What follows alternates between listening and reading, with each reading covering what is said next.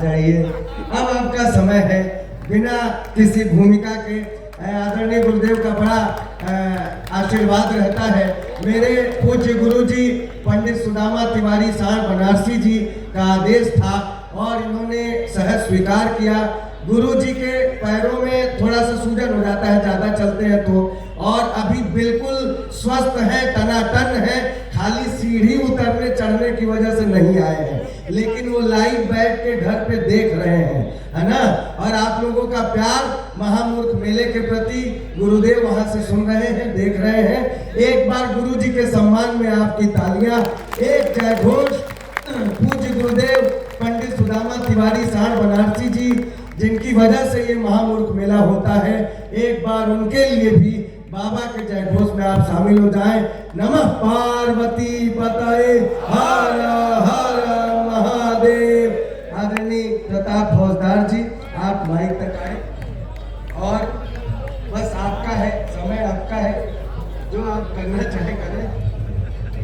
तो पहले तू तो छोड़ इसको, आपके की तरह ढीला ना ना ना। दूंगा दूंगा। आप आते हैं, आप देखते हैं। मैं यतीन्द्र चतुर्वेदी, प्रणव पांडे, कृष्णकांत चौरसिया, मुनि मेहरोत्रा और श्याम मोहन पांडे, ये चारों लोग एक बार आ जाए, आप लोग को दुपट्टा पहरा दिया जाए, गुरु जी का आशीर्वाद ले लीजिए, उसके बाद गुरु जी शुरू होंगे। दौड़ के आइए।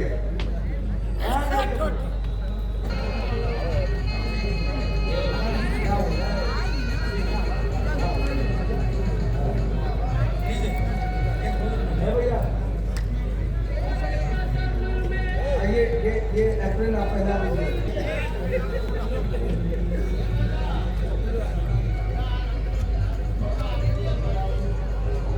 और कोई तो नहीं रह गया? नहीं, अभी देख रहे हैं कोई। नहीं, देख ले फिर ना, बीच में पंगा हो फिर। तू ले के साथ नंबर नहीं यार। तू एक बात बता, ईमानदारी से बताना, तुम सरदार का फोटो पहली बार ले रहे हो क्या? कभी यहाँ से, कभी यहाँ से, कभी अरे बावड़े, सरदार का फोटो किसी साइड से ले ले, एक जैसा ही आता है।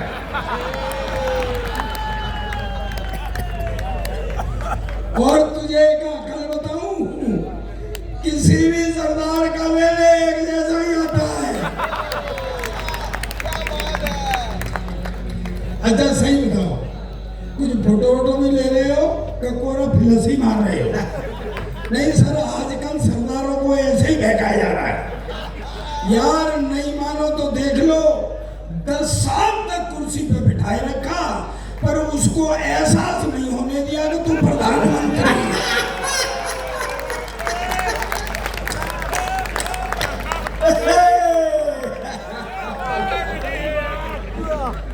बैठ जा, फोटो नहीं आएगा, मैंने अपना स्विच ऑफ कर लिया है। साहब, व्यवस्था बिगड़ने लगती है तब सरदार को सौंपी जाती है, वरना कांग्रेस को अब सुध आई थी सरदार की। एक टिप्पणी करता हूं सदन के अंतर्गत, अगर सरदार शब्द कोई कुर्सी पर बिठाना था तो यह निर्णय 1947 में लिया गया होता और सरदार पटेल को कुर्सी पर बिठाया। जिंदाबाद जिंदाबाद, क्या बात है। मुझे नहीं तालियां, हाँ, मैंने कही तो नहीं है। माल ढंग से बेचोगे तो बिकेगा। अप्रैल उतार दूंगा, उतार दो। नहीं वो और दादा क्या क्या होता है? कुछ भी करवा ले, मैंने तो अप्रैल ने ऐसे पहना दिया जैसे मैं प्रेग्नेंट हूँ।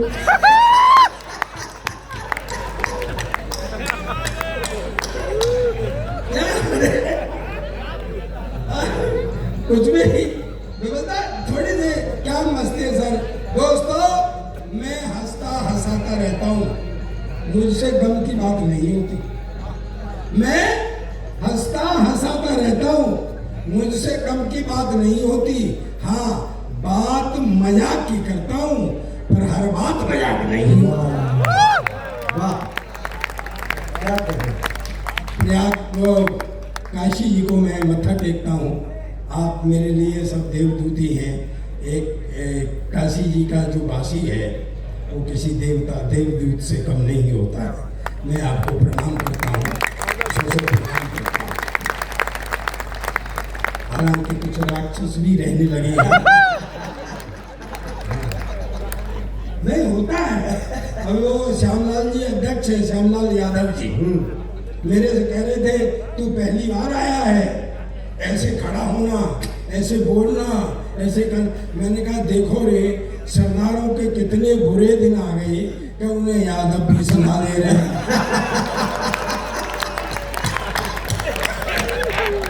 अच्छा दादा, एक बात बताऊं, पूरी दुनिया में बनारस में यादवों को भी सरदार ही कहा जाता है। हाँ, क्योंकि उनके भी तो 12 बजते हैं।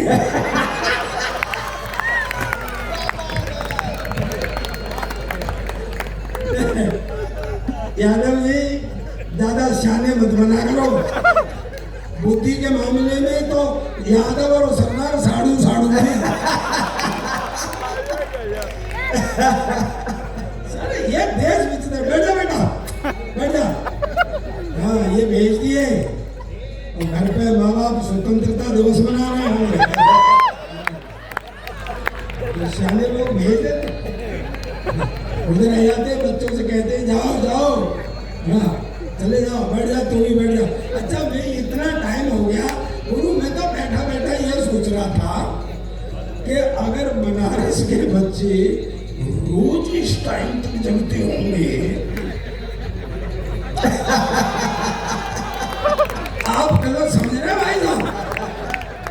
मेरा मतलब है सुबह स्कूल जाने में परेशान करता है। क्या बच्चा एक मेरे पास भी है, पिछले 5 साल से एक ही क्लास में पढ़ रहा है। कल परसों मैंने बुला के कही नहीं बेटा कुछ पढ़ा लिखा कर। कहता पापा जब सारे पढ़ लिख जाएंगे तो कोई सरदार भी रहेगा। और मैंने सारे सरदार आजकल सबसे ज्यादा पढ़े लिखे, इतना पढ़ा लिखा कोई प्रधानमंत्री नहीं आया जितना अपना सरदार था। कहता क्या खाक पढ़ा लिखा था, मैडम की बात मानता था।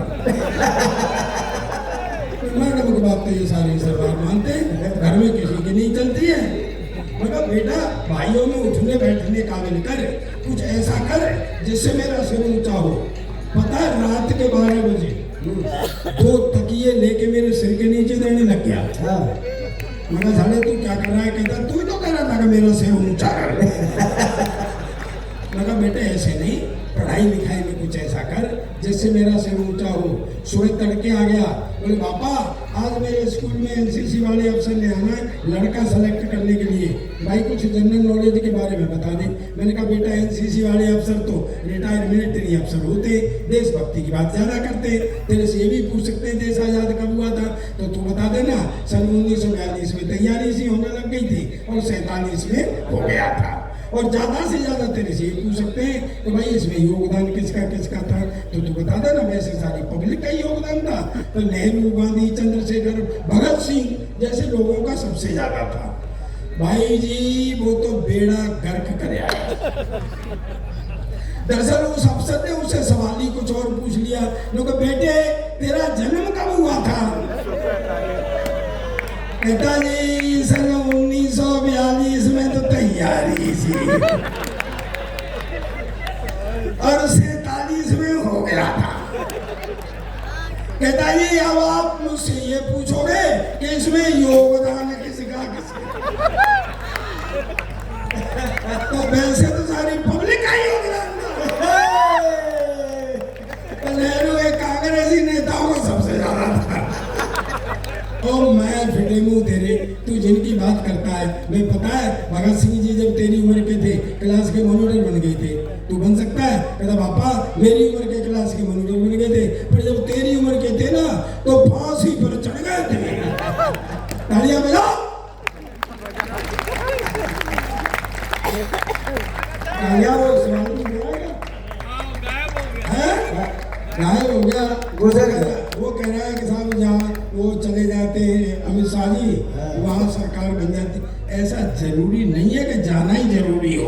हाँ जाना जरूरी नहीं है सर। एक बात बताऊं, सबसे दमदार पार्टी है भाजपा देश की। कांग्रेसी ये कहते हैं पंजे का बटन दबाओ हमको वोट मिलेगा। सपा वाले कहते हैं साइकिल का बटन दबाओ हमको वोट मिलेगा। बसपा वाले कहते हैं हाथी का बटन दबाओ हमको वोट मिलेगा। भाजपा कहती है तुम कोई बटन दबाओ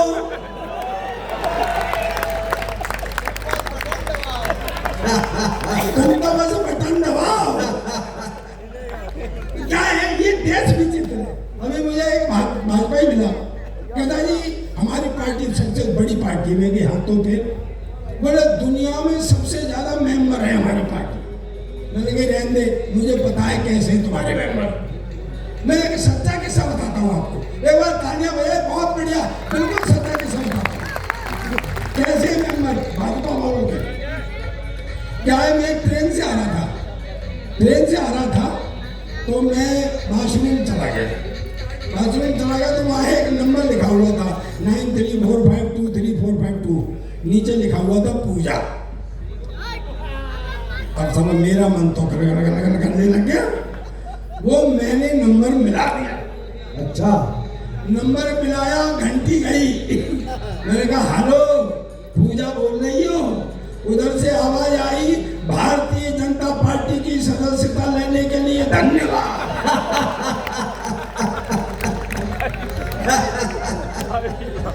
सर ये देश में चिंता कहीं से शुरू होता है। दुनिया में यानी कितने हैं।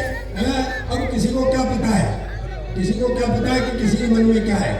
बहन जी किसी को क्या पता है किसी के मन में क्या है। भाई पड़ोसी का बच्चा रो रहा हो तो सर में दर्द होता है, और अपना बच्चा रो रहा हो तो दिल में दर्द होता है नहीं सुने।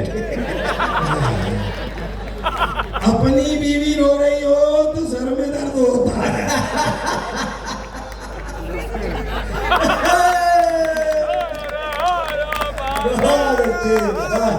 क्या है ये अपना देश विचित्र भाई। एक अंग्रेज आया, मुझसे बोला सरदार जी तुम्हारा देश बहुत गरीब। मैं पहली बात तो ये देश गरीब नहीं, और है तो साले तुमको क्या मतलब है। सरदार जी तुम हिंदुस्तान की इतनी हिमायत करते हो, तुम हिंदुस्तान के बारे में क्या जानते हो? मैंने कहा मेरा देश है हिंदुस्तान, मेरा वतन है हिंदुस्तान, मैं नहीं जानूंगा तो तू जानेगा क्या? बोले बताओ तुम्हारा राष्ट्रीय पक्षी? मैंने कहा मोर। बोले राष्ट्रीय पशु? मैंने कहा शेर। बोले राष्ट्रीय झंडा?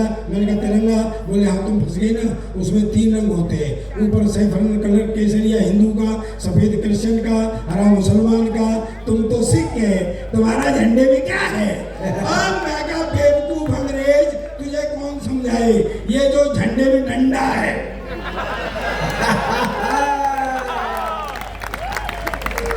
ये साले तेरे बाप का है क्या? पर भाई जी वो तो मेरे पीछे पड़ते गए। दोस्तों हंसी से बड़ी दुनिया में कोई नियामत नहीं। मैं गारंटी देता हूं आप कोई भी बहाना बना करके दिन में एक बार खुल के हंस लो, आप 100 मर्जों से दूर रहेंगे। मैं गारंटी देता हूं इस बात। हंसी से बड़ी दुनिया में कोई चीज नहीं। एक ह्यूमर देता हूं आपको मस्ती का। पता नहीं लोगों को जाने क्या होता था दमदार। वास्तव में बता रहा हूं, पता नहीं सरदार को देखते ही लोगों को क्या हो जाता और नहीं तो मुस्कुराने लग जाएंगे। मैंने एक फल वाले से पूछा मैं केले कैसे दिए? बोला 40 रुपए दर्जन। मैं कुछ कम कर ले, उसने 2 केले ही कम कर दिए। बहुत अच्छे वाह। अब बताओ मैं क्या करूं? तो क्या है हंसी से बड़ी। वो अंग्रेज छूट गया मेरे हाथ से। अंग्रेजों ने क्या है हमारे यहाँ राज किया है। वो अभी भी हमको भोला वाला हिंदुस्तानी समझते हैं। वो ये नहीं समझते कि अब हम उनके बाप हो गए। वो मुझे नीचा दिखाना चाहता था। एक फल वाला खड़ा हुआ था, उससे बोला व्हाट इज दिस, ये क्या है? उसने सोचा ये लेगा। बोले सर ये बनाना केला। बोले बैठ, तुम्हारे देश में इतना बड़ा केला? हमारे देश में इतना बड़ा केला। फल वाले ने मेरी तरफ देखा। मैंने कहा भाई विज्ञान का जमाना है, हो सकता है कोई वैरायटी आ गई हो। उसने फिर इशारा किया व्हाट इज दिस, ये क्या है? बोले सर ये एप्पल सेब। बोले बैठ, तुम्हारे देश में इतना बड़ा सेब? हमारे देश में इतना। मेरी भी देशभक्ति जागी। मैंने उठा के तरबूज कंधे पे, बोला ये क्या है? मैं कहा हमारे यहाँ का अंगूर है। अब बता साले तेरे यहाँ कितना बड़ा अंगूर है। हाँ अध्यक्ष जी उतार लूं? नहीं यार लिफाफा यही फंसा है। नहीं अध्यक्ष जी, आपके काव्य पाठ के बाद आपको जवाब देंगे। हाँ हाँ कोई बात नहीं है, जवाब तुम दे सकते हैं, क्योंकि मैं जो भी कह रहा हूँ वो तो स्लिप कर रहा होगा।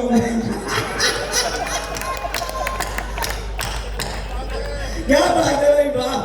अच्छा ईमानदारी से बताना, बहुत सही बताना। जैसे अध्यक्ष जी है ना, इस मॉडल का आदमी अगर दूर खड़ा हो तो पता नहीं लगता आ रहा है।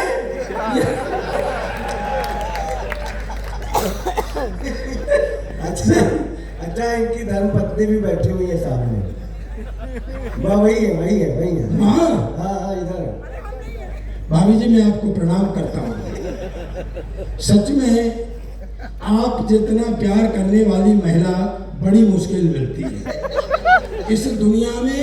मैं बता रहा हूँ, आदमी के सर पर दो ही औरतें हाथ फेरती हैं, एक बीवी और एक माँ। लेकिन जब माँ हाथ फेरती है तो बाल बढ़ते हैं।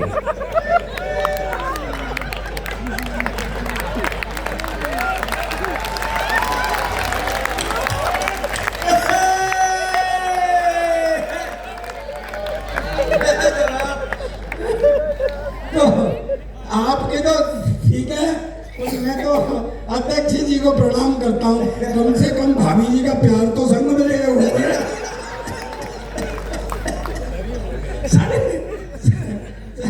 सर अपना देश बेचता है। एक व्यंग पढ़ता हूँ दोस्तों। पहला स्वागत है। अगर मुझे पता है ये बनारस है, यहाँ कविता को भी, व्यंग को भी, हास्य को भी, नौ रसों को किस तरीके से सुना जाता है। व्यवस्था पर एक व्यंग करता हूँ, अगर मेरी बात पीछे तक वहाँ तक पहुँच जाए तो हाथ खड़े करके ताली बजा करके मुझे बता। स्वागत। अभी नहीं। अंग्रेज एकदम मेरे से बोला, सरदार जी तुम्हारा देश गरीब इसलिए कि तुमको पता है हमारे यहाँ का एक मजदूर महीने में $5,000 कमाता है, यानी तुम्हारे यहाँ का लगभग 4.5 लाख रुपया। मैंने कहा $5,000 कमाता है, फिर बोला $4,000 खर्च कर देता है।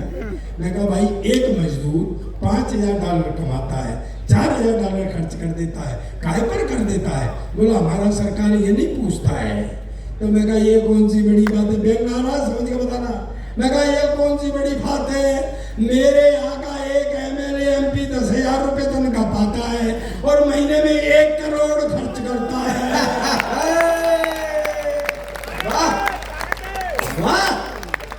तालियां तो अब उठाना सदन। अंग्रेज एकदम से उछट गया, बोले व्हाट? 10,000 रुपये तनख्वाह, 1 करोड़ खर्च करता, कहाँ से लाता? मैंने कहा हमारी भी सरकार नहीं पूछती है।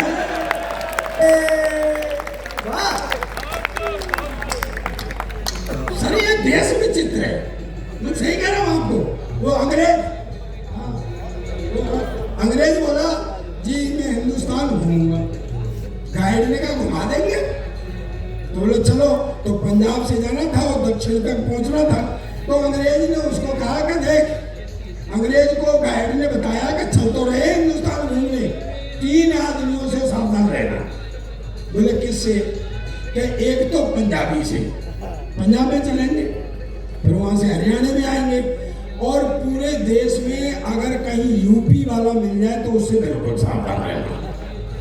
बोले ठीक है चलो। चले गए, पंजाब पहुंचे, मस्ती के मूड में आया दोस्तों। मैं आपको हंसाने आया भाई साहब, बिल्कुल आप तो ऐसे बैठ गए जैसे मेंटलिटी होम में बैठे हो। पंजाब पहुंच गए, सामने से एक सरदार जी आ रहे थे। तो वो गाइड अंग्रेज से बोला पूछ 12 बज गए क्या? अंग्रेज बोला अभी तो 9 बज रहे। अरे बोले तू पूछ ना, आ गया अंग्रेजी बातों में। बोला 12 बज गए क्या?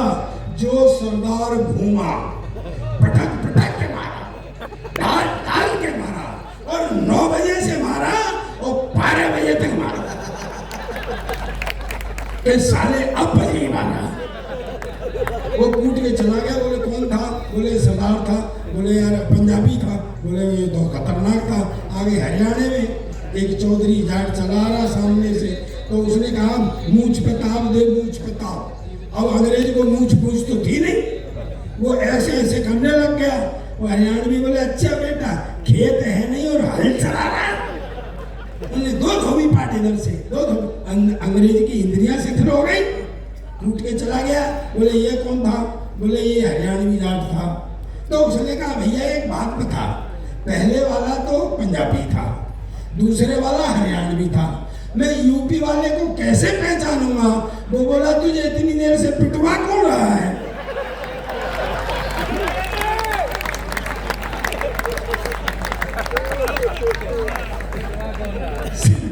सर ये देश विचित्र है, मैं सही कह रहा हूँ। जिस पे ज्यादा होता है वो भारी भरकम होता है। जब आप होते जा रहे हैं मेरे लिए, अब मैं आपको बढ़िया सुनाऊंगा। ये लड़की जो है, जो दोनों बहन भाइयों की चोंचबाजी सुनी आपने? अरे भैया प्यार करना सिखारी भाई साहब।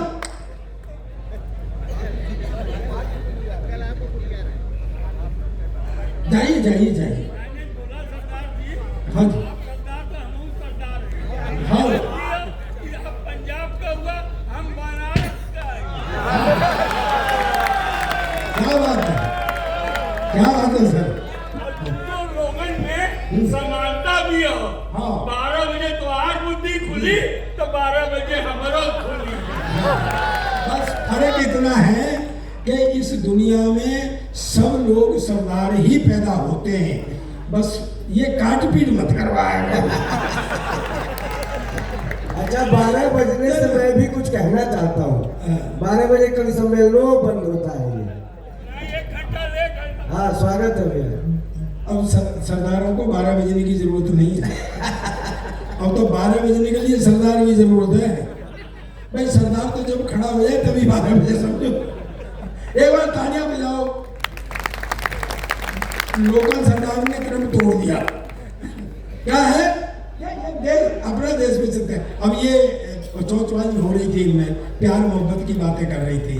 बहुत प्यार मोहब्बत की। बेटी प्यार मोहब्बत हमारे जमाने में भी होती थी। अच्छा नहीं तो तुम कहां से आएगी?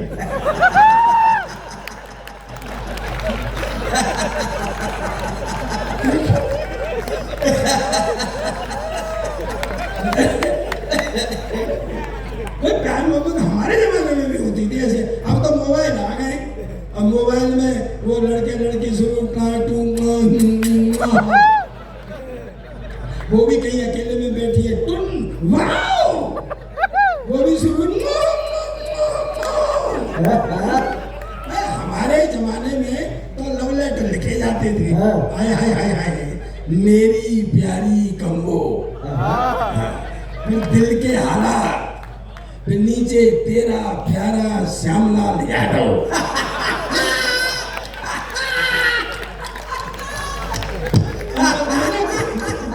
कोई भी हो सकता है, ये होता है सर। अरे ये तो कुछ भी नहीं है। हमारे जमाने में तो शादी से पहले लड़की नहीं दिखाते थे। शादी से पहले हमारे जमाने में लड़की नहीं दिखाते थे। अब तो शादी से ही पहले सब कुछ हो जाता है। बेचारी शादी रह जाती है। शादी से पहले लड़की नहीं दिखाती। एक पैकेज मिलता था, पैकेज। सुहागरात को पता लगता था कि पैकेज में क्या निकला। मैंने घूंघट उठाया। हाय हाय हाय हाय हाय हेडलाइट का एक बल्ब फ्यूज पर निभा रहा हूं। 2-3 दिन बाद मुझसे बोली चल मुझे बाजार ले चल, शॉपिंग करा के ला। मैं आगे आगे, वो पीछे पीछे चलते हुए बोली क्यों जी ये एक साइड का बाजार क्यों बंद है? मैंने कहा चिंता मत करो, मैंने कहा चिंता मत करो, जब लौट के आएंगे तो इधर का खुल जाएगा, इधर का।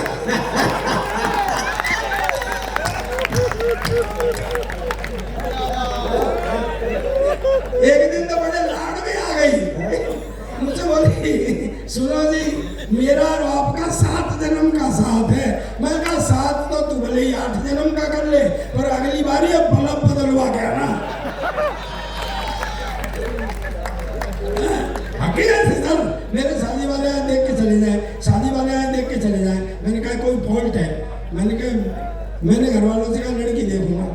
तू क्या देखेगा? मैंने देख ली, मैं वाह भाई वाह, वो मेरी नहीं है, देख तुमने ली। मुझे दिखाने लगे, सीन बना, ऐसे लड़की खड़ी, ऐसे मैं खड़ा, ऐसे वो होने वाले ससुर जी खड़े जो बाद में नहीं हुए। पंगा पड़ गया था ना, तो वो हमें छोड़ के चले गए कि लड़का लड़की थोड़ी देर बात कर लेंगे। आधा घंटे तक पिन ड्रॉप साइलेंस रहा, ना मैं बोला। फिर आखिर में मैंने हिम्मत की, मैं कहा बहन जी अब कितने भाई बहन हैं? कहती भाई साहब अब तक तो 2 थे, पर आप और आ जाएंगे तो 3 हो जाए। ऐसे ही बहका देते थे, बिल्कुल हीरो जैसी है, ये समझ ले महिमा चौधरी जैसी है। फिर भी सुहागरात को हाथ कांपते थे घूंघट उठाने में कि कहीं महिमा चौधरी की जगह महेंद्र सिंह चौधरी नहीं है। लेकिन दोस्तों, मेरे बच्चे भी बैठे हुए हैं, हम उम्र बैठे हुए हैं, मेरी मातृशक्ति बैठी हुई है। पीछे तक ध्यान रखना, तालियों से रिसीव करना मेरी बात को। मैंने 62 देशों की यात्रा की है, मैं हिस्टोरिकल बैकग्राउंड पर लिखता हूँ, मेरी लिखी हुई पुस्तकें टेक्स्टों में पढ़ाई जाती हैं। तालियों से रिसीव करना मेरी बात को कि जितनी उत्तम वैवाहिक संस्था अपने हिंदुस्तान की है, ऐसी न किसी देश की है, न किसी। क्या बात, क्या बात। अभी यहाँ बड़ी बात हुई, मैंने इतिहास की बात आई सामने, तो मैं आपको वो बता दे रहा हूँ। क्या है तुझे, क्या तकलीफ? बैठ जा, बैठ जाइए। इसको आदत है उठ के चलने की, चल के बैठने की। आदमी को आदत हो जाए तो जाती नहीं है, और जिस आदत को वो दिन में करता है फिर सोते सोते भी करता है। मैं सही कह रहा हूँ। मेरे पड़ोस में एक रामलाल जी रहते, उनकी कपड़े की दुकान है। एक रात को सोते सोते 1 मीटर, 2 मीटर, 3 मीटर, घरवाली ने एक दिया कान के नीचे, तेरी दुकान का कपड़ा नहीं, तेरी मेरी साड़ी फाड़ दी। होता है सर, आदत हो जाए, जाती नहीं। अरे ये पुलिस वाले जो दिन में वो रात को सोते सोते पुलिस वाला लगा साइड में, आजा साइड में, चल साइड में। घरवाली ने हेक दिया पीछे से, मैं तो कम से साइड में हूँ, तू ही पार्किंग में घुसा चला रहा है।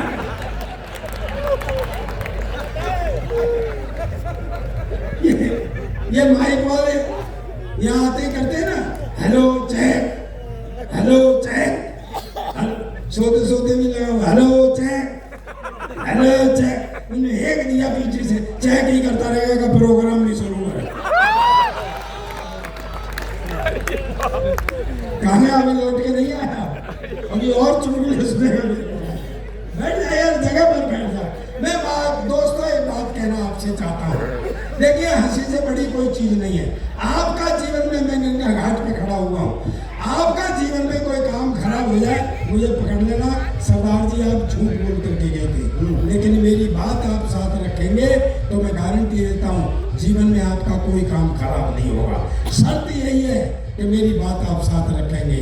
तालियों से मुझे बताना आपका काम खराब हो जाए, मुझे पकड़ लेना। दोस्तों, बंद होठ समस्या की उपेक्षा करते हैं। वाह, बंद होठ समस्या की उपेक्षा करते हैं, पर हंसते हुए होठ समस्या का समाधान। वाह, क्या बात है, क्या बात है। अभी यहाँ पे बहुत बात करी, वो चला गया, क्या नाम है, शिवांगी जी, और उससे पहले उन्होंने पढ़ा था। मैं 4 पंक्तियाँ एक पढ़ता हूँ। उन्होंने कहा जी कि वो राम जो है, मैं भी राम वाला हूँ। माइक, हाँ। माइक वाले थोड़ा बढ़ा दो इसको। मेरी को कि तेरी को? नहीं, उसकी, आपकी को। मेरी डाउन हो रही है। हाँ। बढ़ा दे भाई, बढ़ा दे। तो बढ़ाना है तुम्हें। मैं एक बढ़िया बात बताना चाहता हूँ आपको। मैं सरदार हूँ, आपको दिख रहा हूँ। वो मुस्लिम थे, वो आपको दिख रहे थे। उन्होंने बड़ी बढ़िया बात की। उन्होंने कहा मैं राम वाला हूँ, तो राम वाला होना कोई एहसान नहीं है हमारे पास ऊपर। मैं बता रहा हूँ सर, मैं बता रहा हूँ। तो मैं हिस्ट्री का आदमी हूँ, मैं आपको ऐसी बात नहीं कहूँगा, हिस्ट्री से प्रमाणित कहूँगा। जो ढांचा था विवादित ढांचा, उसके गिराने के उसमें सबसे पहले कोठारी बंधुओं को माना जाता है कि उनका बलिदान हुआ था। हाँ। लेकिन नहीं, उनका बलिदान को मैं प्रणाम करता हूँ। सबसे पहला बलिदान मैं बताता हूँ उस ढांचे के लिए, इतिहास से आपको, आप प्रबुद्ध लोग हैं, इतिहास से बताता हूँ दोस्तों। सन 1818, आपको एक बात पहले बता दूं, हमारे यहाँ अपने सिखों में देखे हुए नीले वस्त्र धारण करके तलवारें कृपाण लेकर के रहते हैं, जिन्हें हम निहंग कहते हैं। वो जीवन भर पंथ की सेवा करते हैं, जीवन अपना जीवन जो है वो पंथ के लिए समर्पित रखते हैं। आइए भाई साहब श्रीमान जी बैठिए, आइए। अच्छा हुआ आप, मैं शुरू हो रहा हूँ जिस बात को कहने के लिए, उससे पहले आप आ गए। तो निहंग बाबा फकीर सिंह के नेतृत्व में निहंगों ने उस विवादित ढांचे को संघर्ष करके सन 1818 में अपने कब्जे में ले लिया था और गुरुमुखी में लिख दिया था उस पर जय श्री राम।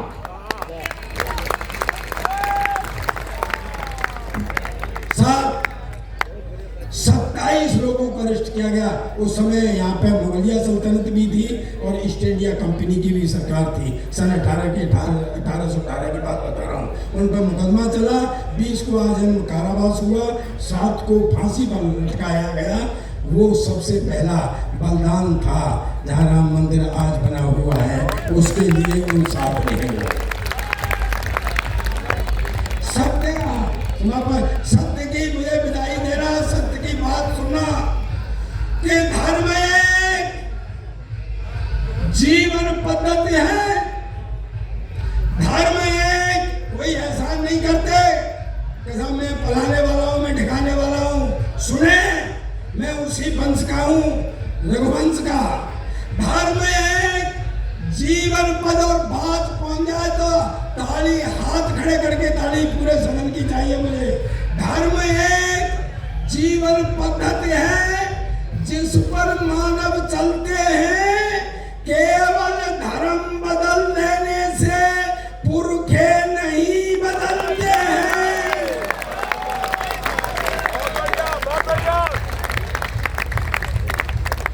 तो जितना राम सिख का पुरखा उतना ही राम तुम्हारा है। जितना राम सिख का पुरखा उतना ही राम तुम्हारा है।